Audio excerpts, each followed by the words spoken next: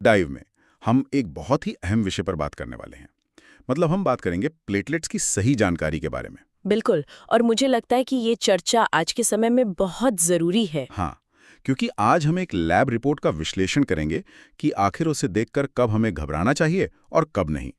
ये पूरा विषय संजय द्वारा पेश की जा रही एक बहुत ही शानदार प्रेजेंटेशन पर आधारित है। ओह, संजय की प्रेजेंटेशन में जिस तरह से डेटा को डिकोड किया गया है वो सच में मतलब बहुत ही स्पष्ट है। सही कहा।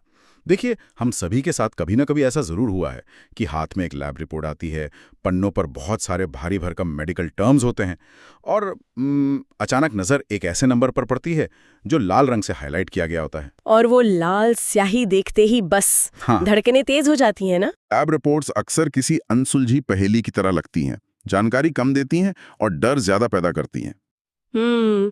ये डर बहुत ही स्वाभाविक है, क्योंकि देखिए जब बात शरीर के अंदरूनी कामकाज की होती है तो चीजें बाहर से दिखाई तो देती नहीं है। एक साधारण सी ब्लड रिपोर्ट भी शरीर के अंदर चल रही कई जटिल प्रक्रियाओं का नतीजा होती है। और जब इसमें हम इंटरनेट का आधा अधूरा ज्ञान मिला देते हैं, अरे फिर तो वो डर और भी गहरा हो जाता है। इसीलिए शांत दिमाग और सही जानकारी ही इस घबराहट को खत्म करने का एकमात्र तरीका है। बिल्कुल। और आज के हमारे इस डीप डाइव का मुख्य मिशन भी यही है। हम इसी डर की जड़ तक जाने वाले हैं। अक्सर प्लेटलेट्स का नंबर थोड़ा सा भी ऊपर नीचे होता है तो लोग तुरंत अस्पताल की तरफ भागने की सोचने लगते हैं। हाँ, पैनिक बहुत जल्दी क्रिएट हो जाता है। कब यह सिर्फ शरीर की एक सामान्य प्रक्रिया है? तो चलिए, इस पूरी प्रक्रिया को समझने के लिए सबसे पहले हमें उस मुख्य किरदार को समझना होगा जिसके इर्द गिर्द ये पूरी चर्चा है, मतलब प्लेटलेट्स। बिल्कुल। तो चलिए इसे थोड़ा विस्तार से समझते हैं। आखिर ये प्लेटलेट्स हैं क्या भला? मेडिकल भाषा में इन्हें थ्रोम्बोसाइट्स कहा जाता है। और दिलचस्प बात यह है कि ये हमारे खून में मौजूद कोई पूरी कोशिका या सेल नहीं होते। अच्छा, पूरी कोशिका नहीं होता है? नहीं, ये बल्कि बहुत ही छोटे छोटे टुकड़े होते हैं जो खून के साथ पूरे शरीर में बहते रहते हैं। इनका मुख्य काम होता है रक्त का थक्का जमाना, यानी ब्लड क्लॉटिंग करना। क्या हम प्लेटलेट्स को शरीर का एक इमरजेंसी रिपेयर क्रू या एक फुर्तीला प्लम्बर मान सकते हैं? मतलब जैसे ही शरीर की किसी नस में या पाइप में कोई लीक होता है चोट लगने पर, तो ये प्लम्बर तुरंत वहां पहुंचकर उस छेद को बंद कर देते हैं ताकि खून का रिसाव बाहर ना हो। हाँ, ये प्लम्बर वाली एनालॉजी बहुत सटीक है। अगर इसे थोड़ा और गहराई से देखें तो जब कोई नस डैमेज होती है तो वहां से कुछ खास तरह के केमिकल सिग्नल निकलते हैं, जैसे प्लम्बर को फोन करके बुला रहे हों। बिल्कुल वैसे ही प्लेटलेट्स इन सिग्नल्स को तुरंत पहचान लेते हैं। सामान्य अवस्था में ये एक तश्तरी या प्लेट के आकार के होते हैं, लेकिन डैमेज की जगह पर पहुंचते ही ये अपना आकार बदल लेते हैं। वाओ, आकार बदल लेते हैं। हाँ, उनके अंदर से छोटे छोटे टेंटिकल्स या धागे जैसी संरचनाएं निकल आती हैं, जिससे वे एक दूसरे के साथ और उस डैमेज नस की दीवार के साथ बहुत मजबूती से चिपक जाते हैं। एक जाल सा बना देते हैं जिसे हम थक्का कहते हैं। क्या बात है।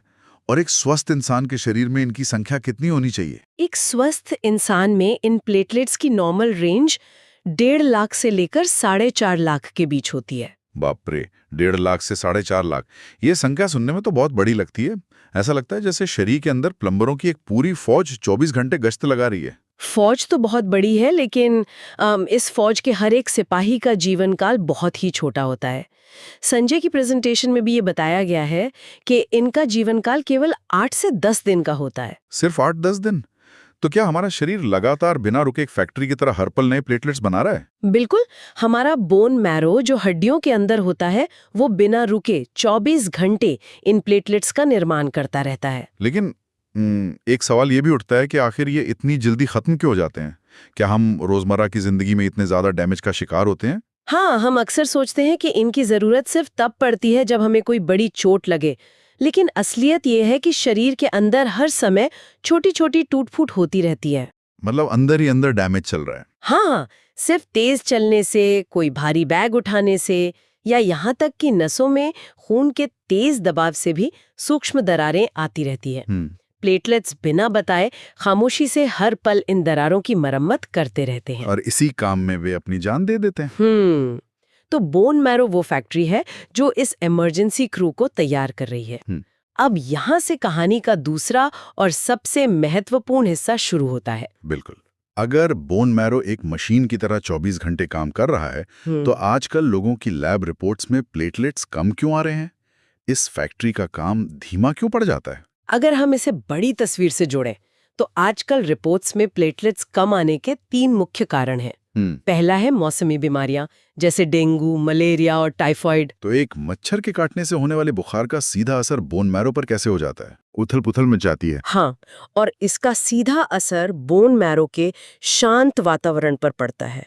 मौसम बदलने पर ये वायरल बुखार सीधे प्लेटलेट्स के उत्पादन पर हमला करते हैं। तो फैक्ट्री का काम रुक जाता है। और दूसरा कारण क्या है? दूसरा है पोस्ट वायरल कमजोरी। अक्सर बुखार ठीक होने के बाद भी शरीर कमजोर रहता है, हाँ, लोगों को लगता है बुखार उतर गया तो हम एकदम फिट हो गए। जबकि असल में अंदर बोन मैरो को नए ब्लड सेल्स बनाने और अपनी पुरानी रफ्तार पकड़ने में थोड़ा समय लगता है। यहाँ बात सच में बहुत दिलचस्प हो जाती है, क्योंकि जो तीसरा कारण संजय की प्रेजेंटेशन में है, वो है दवाइयों का प्रभाव। मतलब हम ठीक होने के लिए पेन किलर्स या भारी एंटीबायोटिक्स लेते हैं, लेकिन क्या वही दवाइयाँ बोन मैरो की प्लेटलेट्स बनाने की रफ्तार को धीमा कर रही हैं? बिल्कुल कर रही हैं। ये तो एक दुष्चक्र जैसा है, एक विशियस साइकिल। जिस चीज से हम इलाज कर रहे हैं वही समस्या बढ़ा रही है। इसीलिए इसे समझना बहुत जरूरी है। जब हम कोई भारी एंटीबायोटिक या पेन किलर लेते हैं, तो वो शरीर के केमिकल बैलेंस को बदल देते हैं। बोन मैरो बहुत संवेदनशील फैक्ट्री है। अच्छा। हाँ, भारी दवाइयाँ उन सिग्नल्स में रुकावट पैदा कर देती हैं जो बोन मैरो को प्लेटलेट्स बनाने के लिए चाहिए होते हैं। वो कंफ्यूज हो जाता है। इसीलिए भारी दवाइयों के साइड इफेक्ट से रिकवरी धीमी हो जाती है। अब चूंकि हमें पता चल गया है कि प्लेटलेट्स कम क्यों होते हैं, तो लैब रिपोर्ट के उस नंबर वाले हिस्से पर आते हैं जो सबसे ज्यादा पैनिक पैदा करता है। जी बिल्कुल, डिकोडिंग द नंबर्स। तो अगर 1.5 लाख का नॉर्मल बेसलाइन है और किसी की रिपोर्ट में 90,000 या 1.24 लाख आ जाए, तो क्या ये खतरे की घंटी है? कब घबराएं और कब बिल्कुल नहीं? यही वो बात है जहां सबसे ज्यादा भ्रम होता है। देखिए, 90,000 से 1,30,000 के बीच का प्लेटलेट काउंट एक सेफ जोन यानी सुरक्षित क्षेत्र है। मतलब इसमें डरने वाली कोई बात नहीं है? बिल्कुल नहीं। ये एक माइल्ड यानी हल्की रेंज है और आजकल बहुत आम है। इसमें पैनिक करने की बिल्कुल जरूरत नहीं है। ये बात सुनकर बहुत से लोगों को एक बड़ी राहत मिलेगी।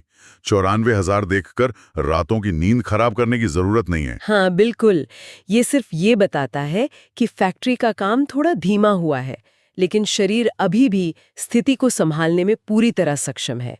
अच्छी डाइट और आराम से ये जल्दी ठीक हो जाते हैं। लेकिन अगर ये सेफ जोन है, तो फिर असली डेंजर जोन क्या है? रिपोर्ट में कौन सा नंबर देखकर हमें वास्तव में चिंता करनी चाहिए? ये एक महत्वपूर्ण सवाल खड़ा करता है। असली खतरा तब है जब काउंट 50,000 से नीचे चला जाए। जब प्लेटलेट्स 50,000 से कम होने लगते हैं, तब शरीर छोटे मोटे डैमेज से भी खुद को बचा नहीं पाता। और तब शरीर कुछ स्पष्ट शारीरिक संकेत देने लगता है ना? प्रेजेंटेशन में इन लक्षणों को बहुत बारीकी से बताया गया है। हाँ, इसके मुख्य लक्षण हैं जैसे खून का जल्दी ना रुकना, छोटी सी चोट लगने पर भी ब्लीडिंग होती रहती है। और वो त्वचा वाले धब्बे? जी, त्वचा पर लाल, नीले या बैंगनी रंग के छोटे धब्बे या चकते दिखने लगते हैं। बिना किसी वजह के अचानक नाक या मसूड़ों से ब्लीडिंग शुरू हो सकती है। ये तो शरीर के एक अलार्म सिस्टम की तरह काम कर रहे हैं। बिल्कुल। और इसके साथ ही अत्यधिक कमजोरी, लगातार सिर दर्द और भयंकर थकान महसूस होना भी बड़े संकेत हैं। तो ऐसे संकेतों को बिल्कुल अनदेखा नहीं करना चाहिए। ये चीख कर बता रहे हैं कि अंदरूनी रिपेयर सिस्टम काम नहीं कर रहा। सही कहा। ऐसे लक्षणों के दिखने पर तुरंत डॉक्टर के पास जाना चाहिए। अच्छा, अब तक हमने सिर्फ कम प्लेटलेट्स की बात की।